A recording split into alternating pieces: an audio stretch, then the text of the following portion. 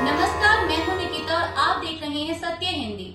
चलिए एक नजर डालते हैं अब तक की सुर्खियों पर। ईरान के सरकारी मीडिया के मुताबिक इस्लामिक रेवोल्यूशनरी गार्ड्स कोर यानी IRGC के इंटेलिजेंस यूनिट के प्रमुख मोहम्मद काज़ेमी की रविवार को मौत हो गई।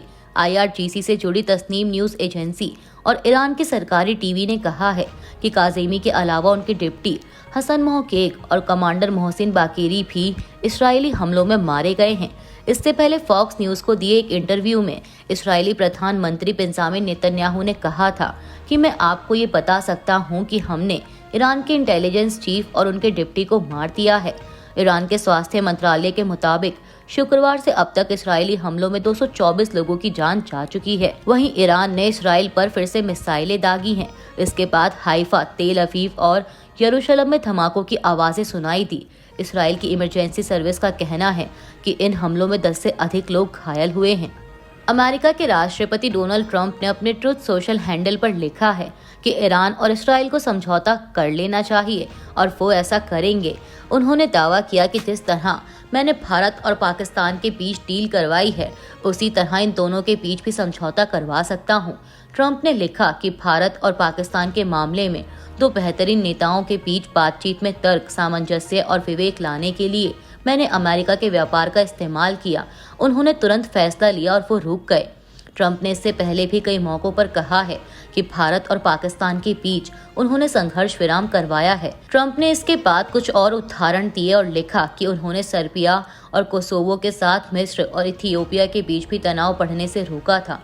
उन्होंने लिखा कि मेरे पहले कार्यकाल में सर्बिया और कोसोवो में कई दशकों से तीखा तनाव चल रहा था और लंबे वक्त से चला आ रहा ये तनाव जंग में तब्दील होने वाला था, लेकिन मैंने इसे रोक दिया।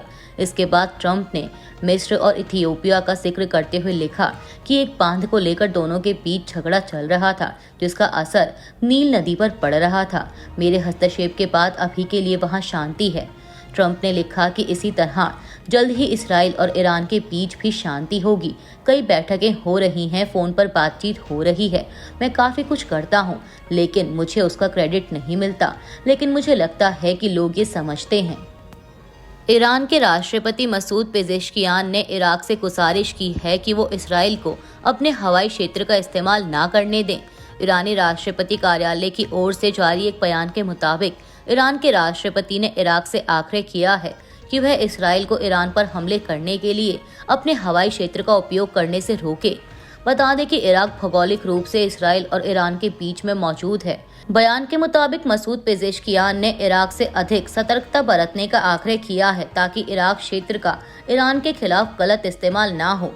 वहीं इराक के प्रधानमंत्री शियाल सुदानी ने बगदाद में मौजूद यूरोपीय संघ के दूत से कहा है कि ईरान पर इसराइल के हमले इराक और इस क्षेत्र की सुरक्षा और स्थिरता के लिए सीधा खतरा है और इनका उद्देश्य कूटनीतिक कोशिशों में रुकावट पैदा करना है।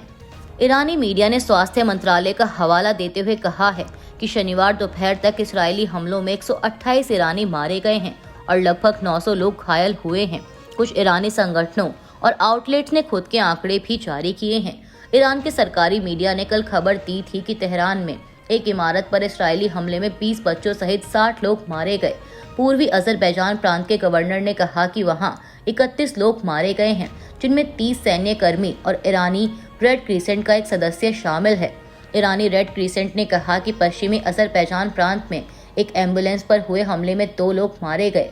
संयुक्त राष्ट्र में ईरान के दूत ने 2 दिन पहले कहा था कि इसराइली हमलों में 78 लोग मारे गए और 320 से अधिक लोग घायल हुए। ईरानी सरकार की प्रवक्ता फतेह में मोहसेरानी ने कहा कि पिछले 3 दिनों में कम से कम 30 महिलाएं और बच्चे मारे गए हैं। हालांकि उन्होंने कुल मौतों की संख्या नहीं बताई। वहीं ईरान के वरिष्ठ सैन्य अधिकारियों का कहना है कि अलग अलग हमलों में इस्लामिक रेवोल्यूशनरी गार्ड कॉर्प्स के कम से कम 18 सदस्य मारे गए हैं, जिनमें शुक्रवार को IRGC एरोस्पेस फोर्स के कमांडर की भी मौत शामिल है। मीडिया रिपोर्ट्स के मुताबिक इसके अलावा अलग अलग हमलों में कम से कम 7 ईरानी परमाणु वैज्ञानिक भी मारे गए हैं। इसराइल के खिलाफ ईरान के हमलों के बाद इसराइल में मौजूद भारतीय दूतावास ने इसराइल में रह रहे भारतीय नागरिकों के लिए एडवाइजरी जारी की है और कहा है कि वो सुरक्षा नियमों का पालन करें। दूतावास की ओर से सोशल मीडिया प्लेटफॉर्म एक्स पर जारी एडवाइजरी में कहा गया है कि इसराइल में भारतीय नागरिक, जिनमें देखभाल करने वाले, श्रमिक, स्टूडेंट्स, व्यवसायी और पर्यटक समूह शामिल हैं, उनकी सुरक्षा के लिए सभी जरूरी कदम उठाए जा रहे हैं। बयान में कहा गया है कि जैसा कि आप जानते हैं, इजरायली सरकार की ओर से नेशनल इमरजेंसी की घोषणा की गई है। हवाई क्षेत्र बंद हैं। सभी भारतीय नागरिकों को एक बार फिर सलाह दी जाती है कि वे सतर्क रहें, किसी भी तरह की अनावश्यक आवाजाही से पूरी तरह बचें और इजरायली अधिकारियों की तरफ से जारी सुरक्षा निर्देशों का सख्ती से पालन करें। ईरान और इसराइल संघर्ष के चलते भारतीय विदेश मंत्रालय ने ईरान में पढ़ रहे भारतीय छात्रों की सुरक्षा को लेकर बयान जारी किया है। विदेश मंत्रालय ने बयान जारी कर बताया कि तेहरान स्थित भारतीय दूतावास हालात पर लगातार नजर बनाए हुए है और भारतीय छात्र छात्राओं से संपर्क में है ताकि उनकी सुरक्षा सुनिश्चित की जा सके। कुछ छात्रों को दूतावास की मदद से ईरान के ही सुरक्षित इलाकों में भेजा गया है। अन्य संभावित विकल्पों पर भी विचार चल रहा है। जैसे ही कोई नई जानकारी होगी, उसे साझा किया जाएगा।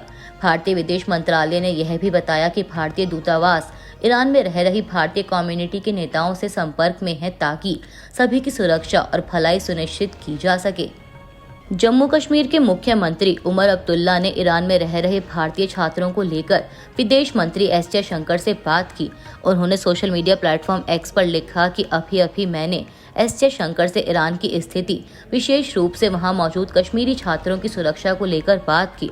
उमर अब्दुल्ला ने लिखा कि माननीय मंत्री ने आश्वासन दिया कि भारतीय विदेश मंत्रालय ईरान में अपने अधिकारियों के साथ लगातार संपर्क में है।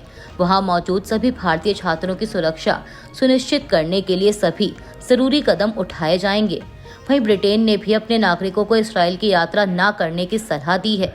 उत्तर प्रदेश के अयोध्या और बाराबंकी के स्थानीय प्रशासन ने जिले में कई सालों से होने वाले 2 अलग अलग उर्स समारोह के लिए इजाजत देने से मना कर दिया है।